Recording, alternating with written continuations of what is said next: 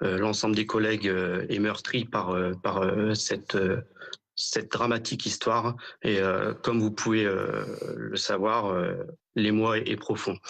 Maintenant, ce qu'il faut savoir, c'est qu'effectivement, ce genre de missions sont des missions quotidiennes. Voilà, tous les jours, nous escortons des détenus, que ce soit d'établissement à un autre établissement, de l'établissement vers le tribunal pour une présentation à un magistrat, et c'est effectué par des équipes qu'on appelle donc les PREJ. Donc, ces équipes qui sont spécialisées dans ces escortes. Et malheureusement, aujourd'hui, une de ces équipes, donc du PREJ de Caen notamment, a été victime d'une attaque qui était visiblement préparée, qui était lourdement armée, ce qui a laissé peu de chance malheureusement à nos 2 collègues décédés et à nos 3 autres collègues grièvement blessés. Et on ne peut que déplorer l'état actuel, notamment de dangerosité qui peut Oui. régner sur la France, et malheureusement qui se répercute aussi sur nos missions. Yohann Carrard, est-ce que vous avez des informations sur la façon dont ça s'est passé tout à l'heure?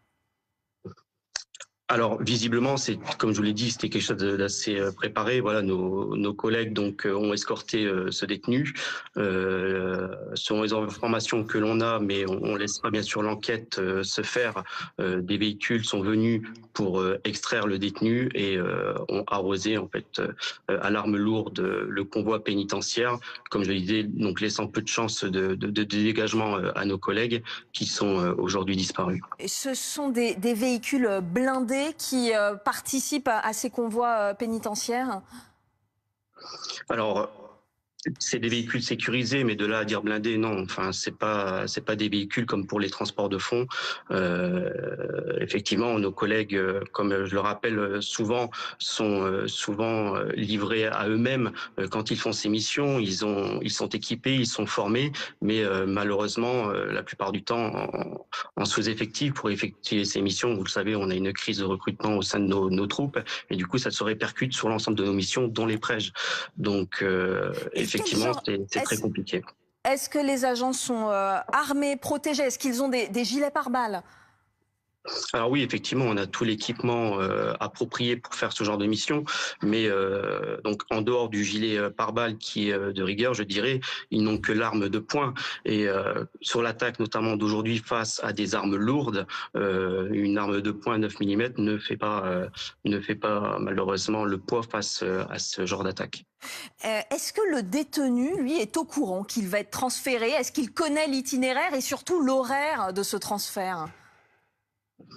Malheureusement, oui, c'est ce qu'on dénonce assez régulièrement. Ce sont des données qui sont censées être confidentielles, mais généralement, le détenu peut être averti d'une convocation, donc il peut avoir ces éléments de convocation, notamment auprès d'un magistrat, et notamment aussi dans le cadre d'une maladie, on doit sortir un détenu pour aller à l'hôpital, où là, généralement, ce n'est pas prévu.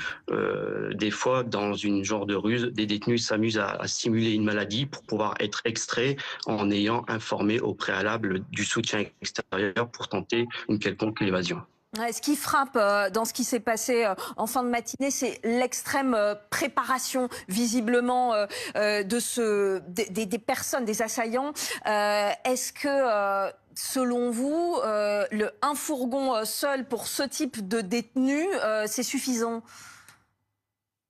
Là, malheureusement, on laissera l'enquête se faire parce qu'on ne connaît pas spécialement encore complètement les circonstances de ce drame. On ne connaît pas la procédure qui est enclenchée, le type d'escorte approprié sur le détenu. Tout ce qu'on sait, c'est que c'est une procédure criminelle, donc qui était adossée à ce détenu. Donc l'enquête nous dira si effectivement il y a eu des manquements en termes de moyens attribués pour faire cette escorte.